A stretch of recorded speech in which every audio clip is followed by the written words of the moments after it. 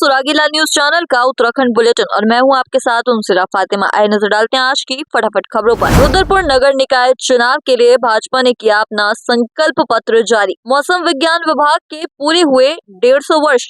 जनपद उधम सिंह नगर होने वाले 38वें राष्ट्रीय खेल को लेकर शूटिंग प्रतियोगिता स्थल का किया गया निरीक्षण। सीएम धामी ने लोहाघाट में निकाला ऐतिहासिक रोड शो। उमड़ा जन सैलाब। अग्नि सुरक्षा दृष्टिकोण से किया गया वाइटल इंस्टॉलेशन का निरीक्षण। रामनगर पहुंचे चुनाव प्रेक्षक, किया स्ट्रांग रूम एवं मतगणना स्थल का निरीक्षण। हल्द्वानी में कुमाऊं कमिश्नर दीपक रावत ने किया स्टेडियम का निरीक्षण। रामनगर में भाजपा प्रत्याशी मदन जोशी ने विपक्ष द्वारा लगाए जा रहे आरोपों को निराधार बताते हुए कहा, यदि माफी नहीं मांगी गई तो मानहानि का केस करूंगा। अब खबरें विस्तार से। रुद्रपुर नगर निकाय चुनाव के लिए भाजपा ने आज अपना संकल्प पत्र जारी किया। नगर निकाय चुनाव कार्यालय में विधायक शिव अरोड़ा, मेयर प्रत्याशी विकास शर्मा सहित भाजपा नेताओं ने संकल्प पत्र जारी किया। भाजपा के इस संकल्प पत्र में नगर निगम क्षेत्र में सड़कों के चौड़ीकरण, भू स्वामित्व का अधिकार देना, हर वार्ड में सार्वजनिक पार्क और ओपन जिम की स्थापना करना, कल्याणी नदी पुनर्जीवन परियोजना शुरू करने, स्मार्ट सार्वजनिक पुस्तकालय की स्थापना जैसे वादे किए गए हैं। संवाददाता दुर्गेश तिवारी की रिपोर्ट।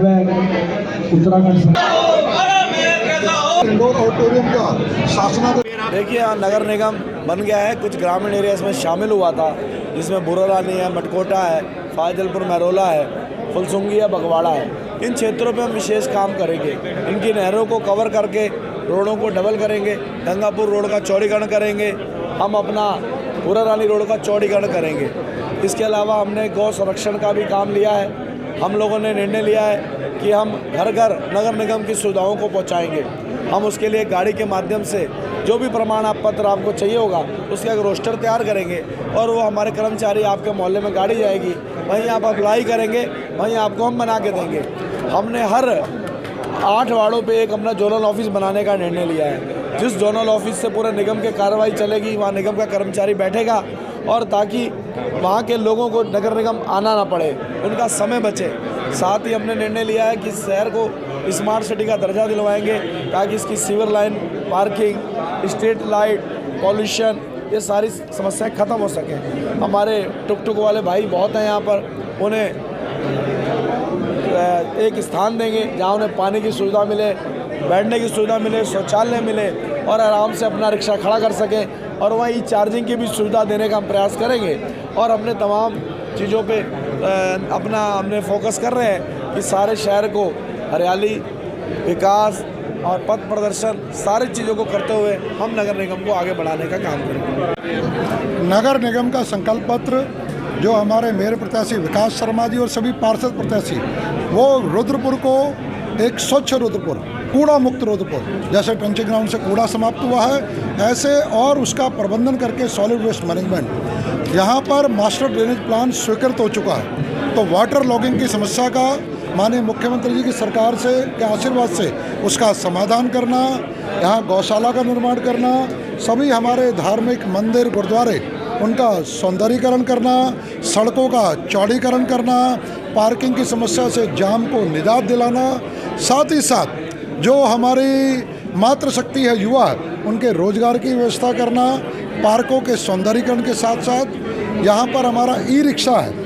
उनके संचालन को सुचारू करते हुए उनके स्टैंड को बनाना, एक सर्वांगीण हर दिशा से स्वच्छ रुद्रपुर, जाम मुक्त रुद्रपुर, वाटर लॉगिंग मुक्त रुद्रपुर, स्वच्छ जल जहाँ पर मिले, जहाँ पर पार्किंग की सुविधा हो, एक ऐसा रुद्रपुर की माननीय पुष्कर सिंह धामी जी के आशीर्वाद से एक संकल्प हमारे रुद्रपुर के जो संकल्प पत्र है, वो संकल्प पत्र यहाँ पर आज जारी किया गया है। मुझे पूरा विश्वास है पुष्कर सिंह धामी जी के आशीर्वाद से यहाँ की बोर्ड उस संकल्प को पूरा करेगा और यहाँ का विधायक होने के नाते अभी तक जो माननीय मुख्यमंत्री जी का रुद्रपुर विशेष आशीर्वाद रहा, हमारे नए बोर्ड के साथ हम रुद्रपुर को और सुंदर, स्वच्छ, जाम मुक्त और एक आदर्श रुद्रपुर बनाने की तरफ बढ़ेंगे। भारत मौसम विज्ञान विभाग अपने 150 वर्षों की यात्रा पूरी कर चुका है। इस यात्रा को पूरा करने के दौरान नई तकनीकी के साथ ही लगातार इसमें सुधार भी होता रहा, जिसको लेकर मौसम विज्ञान केंद्र देहरादून के निदेशक डॉक्टर विक्रम सिंह ने बताया कि 1875 में इसकी स्थापना के बाद से ही ये लगातार मौसम संबंधी गतिविधियों को आमजन तक पहुंचाता आ रहा है। संवाददाता सुनील राज की रिपोर्ट। तो आपका बहुत एक लंबा जो एडमिनिस्ट्रेटिव एक्सपीरियंस है। बिल्कुल 15 जनवरी 2025 को हमारे 150 साल पूरे किए आईएमडी ने। जो उसकी जर्नी रही है, शुरुआत एक हुई थी जो है 1875 में, और इसका जो हेडक्वार्टर्स पहले थे कोलकाता में था। फिर उसके बाद आगे जो एक्टिविटी बढ़ती गई, चीजें थी, और उसके बाद ये जो है शिमला में शिफ्ट हुआ जो हेडक्वार्टर्स था। फिर शिमला से बाद में पूना में शिफ्ट हुआ, और फाइनली अब हमारा जो हेडक्वार्टर्स है वो न्यू दिल्ली में है। तो आईएमडी ने जहाँ ऑब्जर्वेशन जो शुरुआत हुई थी वहां से था, और फिर वो डेटा कलेक्ट करते हुए क्लाइमेटोलॉजी और इस तरह की चीजों को तैयार किया गया। और एक मानसून की फोरकास्ट जो शुरू से ही भी दी जाती थी, क्योंकि मानसून कहीं ना कहीं जो हमारी इकोनॉमी है उसके लिए बहुत इंपॉर्टेंट था। तो वो सब चीजें चलती रही हैं। और आज के समय में जब आप बात करते हैं तो टेक्नोलॉजिकली और जो साइंटिफिकली जो काफी इनोवेशन और इम्प्रूवमेंट हुए, उसकी वजह से जो मौसम विभाग है उसने भी काफी क्वांटम जंप किया अपने फोरकास्टिंग में, चाहे वो क्लाइमेटोलॉजिकल सर्विसेज है या एनवायरनमेंट है या जो और सर्विसेज वो प्रोवाइड करता है डिफरेंट स्टेक होल्डर्स को, तो उसमें काफी जंप हुआ है। तो आप देखेंगे आज के समय में जो न्यूमेरिकल वेदर प्रिडिक्शन है वो सबसे इम्पोर्टेंट हो गया है। उसी की वजह से आप देखें जो सुपर कंप्यूटर्स है जो बनने शुरू हुए, तो वहां से एक शुरुआत हुई कि जो कैलकुलेशन आप मैनुअली नहीं कर सकते थे, तो वो चीजें उसमें संभव हो पाया। जो न्यूमेरिकल वेदर प्रिडिक्शन मॉडल्स है वो रन हो पाए, और कहीं ना कहीं फिर उसमें भी जो इम्प्रूवमेंट है वो लगातार चलते रहे हैं। और इसी तरह जो डेटा कलेक्शन है वो भी बहुत ज्यादा बढ़ा है ग्लोबली भी, और चाहे कंट्री स्तर पे भी आप बात करेंगे तो पिछले 8 से 10 साल में अगर देखें, जैसे साइक्लोन में पहले आप देखते थे हजारों लोग जो है मारे जाते थे, लेकिन आज के समय में आप देख रहे हैं कि साइक्लोन की वजह से केवल जो है सिंगल डिजिट में ऐसा रह जाता है कि जो है कहीं कोई थोड़ा बहुत लोग इम्पैक्ट हो जाता है उसमें। तो आप देखेंगे जो पहले चीजें इतनी ऐसी थी, वो आज के समय में जो प्रिडिक्शन है अच्छा होने की वजह से उसमें हमको काफी जो है आपदा प्रबंधन में भी बहुत ज्यादा भूमिका आईएमडी की बढ़ी है। तो वो जो चीजें हैं उनमें कहीं ना कहीं बिल्कुल आईएमडी काफी सक्सेसफुल भी रहा, ये मैं कहूंगा। और इसी तरह और भी जो सेक्टर्स है, चाहे एविएशन है, शिपिंग है, तो उनको जो एक लगातार सर्विसेज है। इसी तरह जो एग्रीकल्चर सेक्टर है उसको भी बहुत बेनिफिट आज जो फोरकास्टिंग सिस्टम है प्रेजेंट में उससे वो मिलता है। और इवन अब जो आगे फोकस है, जैसे इस अवसर पर जो 14 तारीख को भी प्रोग्राम थे जिसमें कि जो है माननीय प्रधानमंत्री जी ने भी उसमें आए थे, और उन्होंने जो 2047 का विजन डॉक्यूमेंट है वो भी रिलीज किया है। तो उसमें आगे और क्या हमको फोकस करना है वो सब चीजें बातें की गई है। विशेषकर जो लोकलाइज्ड वेदर है और इंटेंस वेदर है उसको प्रिडिक्शन पे जोर दिया गया कि वो चीज हम कवर कर पाए। तो जो टेक्नोलॉजिकल चीजें हमारे पास अवेलेबल, चाहे वो रेडार्स है, चाहे ऑटोमेटिक वेदर ऑब्जर्वेशन है, तो वो और बेटर हों, जिससे कि जो डेटा है अच्छा कलेक्शन हो करके हम जो मॉडल्स में जाएगा, और उससे फिर प्रोसेसिंग से और बेटर लोकेशन स्पेसिफिक फोरकास्ट वही चीजें हम बेटर कर पाए। तो वो चीजें भी उसमें की गई हैं, और बिल्कुल छोटे से छोटे स्केल तक जाने की उसमें और आगे कोशिश होगी। तो बिल्कुल 150वां साल तक पूरे आईएमडी ने जो है पूरे भारतवर्ष में हमारे जहाँ भी कार्यालय है उन्होंने सभी ने सेलिब्रेट किया है, और जो अपनी सर्विसेज है उसको और हम बेहतर कर पाए, ये भी उसमें जो है लोगों ने प्रण लिया कि हम और अच्छा जो आगे करें। जनपद उधम सिंह नगर होने वाले 38वें राष्ट्रीय खेल को लेकर आज सचिव समाज कल्याण व नोडल अधिकारी नीरज खैरवाल ने जिलाधिकारी व इवेंट ऑर्गेनाइजर के साथ स्पोर्ट्स स्टेडियम व 46वीं बटालियन पीएससी में ट्रैप शूटिंग प्रतियोगिता स्थल का निरीक्षण किया। स्पोर्ट्स स्टेडियम निरीक्षण के दौरान उन्होंने बहुउद्देशीय हॉल में वॉलीबॉल व हैंडबॉल, वेलोड्रोम में साइकिलिंग की सभी व्यवस्थाएं 25 जनवरी तक सुनिश्चित करने के निर्देश दिए। संवाददाता दुर्गेश तिवारी की रिपोर्ट। नहीं, हमारे यहाँ पर जो 38 नेशनल गेम्स होने हैं उसमें रुद्रपुर और खटीमा के जो इवेंट हुए हैं उसके लिए एज नोडल अधिकारी मेरे को संजय जो हमारे निदेशक डेयरी हैं और पंकज भट्ट जी को एक टीम के तौर पे यहाँ भेजा गया है, जिससे कि सारी व्यवस्थाओं का एक बार जायज़ा लिया जाए। अगर कोई जो चीज़ें हो रही हैं उसमें कोई छूट गई हैं, कुछ इस प्रकार के सुझाव हैं तो उनको इम्प्लीमेंट कराया जाए। तो यहाँ पर निरीक्षण में देखने पाया गया कि जो हमारे डीएम और एसएसपी साहब की टीम है इन्होंने बहुत अच्छे अरेंजमेंट्स तकरीबन सभी चीज़ों के अपडेट कर रखे हैं। एक दो चीज़ें हैं जैसे अभी जो पेंट वगैरह चल रहे हैं इसके अंदर इन्होंने बहुत अच्छी स्पीड से जो किया है, और अगले टारगेट ये है कि 26 तारीख तक जो वॉल पेंटिंग्स वगैरह हैं ये सारी पूरी कर ली जाए। स्कूल्स के अंदर भी छोटे छोटे इवेंट कराने के लिए और जितने भी गवर्नमेंट स्कूल्स हैं हमारे उनके बच्चों को किस प्रकार से लाया जाना है उस व्यवस्था पे चर्चा की गई है। और जैसा कि सरकार की मंशा है, माननीय मुख्यमंत्री जी के दिशा निर्देशों के अंदर जो हमारे नेशनल गेम्स का आयोजन है, ये बहुत अच्छा करवाया जाएगा। मुख्यमंत्री पुष्कर सिंह धामी ने शनिवार को लोहाघाट से भाजपा के पालिका अध्यक्ष प्रत्याशी गोविंद वर्मा एवं सभासद प्रत्याशियों के समर्थन में ऐतिहासिक रोड शो निकाला। रोड शो में भारी जनसैलाब उमड़ पड़ा। करीब 1 घंटे चले रोड शो से सीएम धामी ने भाजपा कार्यकर्ताओं में जोश भर दिया। रोड शो के दौरान पूरा शहर भाजपा में नजर आया। रोड शो के दौरान मुख्यमंत्री ने लोहाघाट वासियों से ट्रिपल इंजन की सरकार बनाने के लिए भाजपा के पक्ष में मतदान करने की अपील की। संवाददाता लक्ष्मण बिष्ट की रिपोर्ट।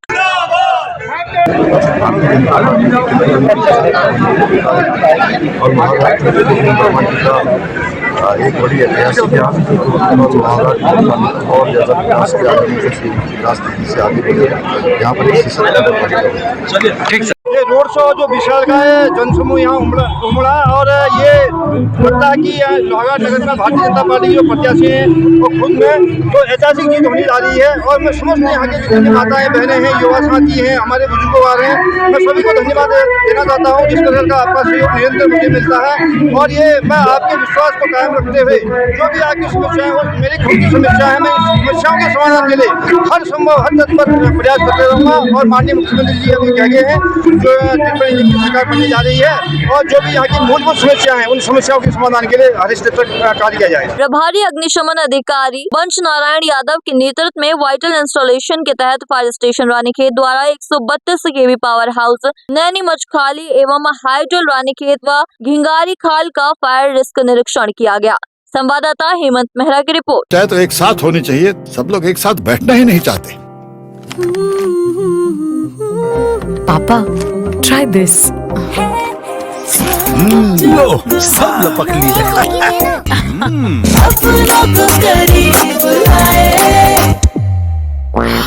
ये क्या हाल कर दिया है रूम का? बस कल से चाय मेरे रूम में। देवर पान नमकीन। नगर निकाय चुनाव के मतदान की तिथि जैसे जैसे नजदीक आ रही है तो वैसे ही प्रत्याशी भी जहां एक और अपना चुनाव प्रचार तेजी के साथ कर रहे हैं, तो वहीं चुनाव शांतिपूर्ण ढंग से संपन्न उसको लेकर प्रशासन ने भी पूरी तरह से कमर कस ली है। शनिवार को रामनगर नगर पालिका एवं कालाढूंगी नगर पालिका के प्रेषक मोहम्मद नासिर रामनगर पहुंचे, जहां उन्होंने अधिकारियों के साथ राजकीय स्नातकोत्तर महाविद्यालय के सभागार में रामनगर निकाय चुनाव को लेकर बनाए गए स्ट्रॉन्ग रूम एवं मतगणना स्थल का निरीक्षण किया। जो राज्य निर्वाचन आयोग के दिशा निर्देश हैं उनका कड़ाई से अनुपालन किया जाए और इसी संबंध में यहाँ स्ट्रॉन्ग रूम के लिए और काउंटिंग के अरेंजमेंट देखने के लिए हैं और जितने भी निर्देश हैं उनका विधिवत अनुपालन किया जाए, ये सुनिश्चित करा जाए। सर, अगर देखा जाए 23 दिसंबर से आदर्श आचार संहिता लागू की गई है और रामनगर में अभी भी देखा जाए कि जो सरकारी बिजली के पोल हैं लगातार प्रत्याशियों की फ्लैक्सी और बैनर झंडे उसमें लगे हुए हैं। जी, निर्देश दे दिए गए हैं और आगे भी जो है कड़ाई से आचार संहिता का अनुपालन कराया जाएगा। रिटर्निंग अफसर साहब को निर्देश दे दिए गए हैं। हल्द्वानी में शनिवार को कुमाऊं कमिश्नर दीपक रावत ने राष्ट्रीय खेलों के मद्देनजर हल्द्वानी शहर के मिनी स्टेडियम और गोलापार स्थित अंतर्राष्ट्रीय स्टेडियम का स्थलीय निरीक्षण किया। इस दौरान खेल स्टेडियम के निर्माण कार्यों का कार्य कर रही एजेंसी को 20 जनवरी तक हर हाल में कार्य पूरा करने के निर्देश दिए गए। संवाददाता दीपक अधिकारी की रिपोर्ट। इसकी तैयारियों को लेकर एक छोटी बैठक मैंने अभी की और उसके बाद इंस्पेक्शन भी कर रहा हूँ। तो मुख्य तौर पे अभी ये देखा गया कि जो काम छूट रहे हैं उसमें क्या क्या है। तो मिनी स्टेडियम की हम अगर बात करें तो यहाँ पे जो हमारा बैडमिंटन कोर्ट है उसमें 17 छोटे कमरे बनाए जाने हैं, जो कि जो मैनेजमेंट होगा वो इसमें रहेगा, वो काम होना बाकी है। प्लस यहाँ पे जो बिजली का बैकअप होगा, तो यहाँ पे जो इवेंट कंपनी जिसको दिया गया है उनके प्रतिनिधि भी यहाँ पे आए हुए हैं और वो इस काम को यहाँ पे शुरू करेंगे। मिनी स्टेडियम की लगभग सारी तैयारियां एक तरीके से हो चुकी हैं। केवल गाड़ियों की पार्किंग कहाँ की जाएगी, कैसे की जाएगी, इसमें पुलिस को इंस्ट्रक्शंस दिए हैं कि वो जल्दी इसमें एक बैठक करके स्टडी कर लें कि कहाँ कहाँ पे हम गाड़ियाँ लगा सकते हैं, क्योंकि शहर के बीचों बीच ये स्टेडियम है तो इसमें बहुत से लोग मुझे लगता है देखने के लिए आएंगे। अब गोलापार की बात करते हैं। गोलापार स्टेडियम में कुछ इश्यूज़ तो स्विमिंग पूल को लेके हैं, जिसमें हीटिंग सिस्टम आपका लगा हुआ है लेकिन कुछ पाइप्स में लीकेजेस थी जिनको ठीक किया जा रहा है। वहाँ पर आपका एक डाइविंग पूल भी है, डाइविंग पूल के अलावा एक ट्रेनिंग पूल भी है, उसमें भी केवल जो हीटिंग का काम है वो बचता है। एक STP वहाँ पे है जिसमें संचालन की कुछ दिक्कतें थी, उनको भी ठीक कर दिया गया है। पावर बैकअप में कितना चाहिए उसको देखा जाना भी वहाँ पे है। जहाँ तक प्लेयर्स को रुकने की बात है, कितनी गाड़ियाँ लगेंगी, कहाँ रुकेंगे, ये भी एक कंपनी को ये काम दिया हुआ है। तो उनके प्रतिनिधि भी आज शाम तक यहाँ पे आ जाएंगे और उनके साथ ट्रांसपोर्ट डिपार्टमेंट और पुलिस डिपार्टमेंट प्लान उनका देख लेंगे और उसके अनुसार व्यवस्थाएं यहाँ पे सुनिश्चित की जाएंगी। कुछ हाई मास्ट के काम भी गोला पारवली स्टेडियम में बाकी हैं जिनको अभी मैं देख रहा हूँ, और कुल मिला के यही मेरी ओर से डायरेक्शंस हैं कि समय रहते सारे काम पूरे हो जाएं, एक बार इसका ट्रायल भी हो जाए ताकि कहीं पे कोई गलती होती है सुधार की गुंजाइश हमारे पास रहे। ओवरहेड में जो जानकारी मिली है एक नए ट्यूबवेल की है, ओवरहेड का भी अगर कोई इश्यू है तो वहाँ पे भी फिजिकली उसको देख लेंगे और जो भी प्रबंध है वो किए जाएंगे। Thank you. चाहे तो एक साथ होनी चाहिए, सब लोग एक साथ बैठना ही नहीं चाहते। पापा ट्राई दिस। लो सब लपक लिए।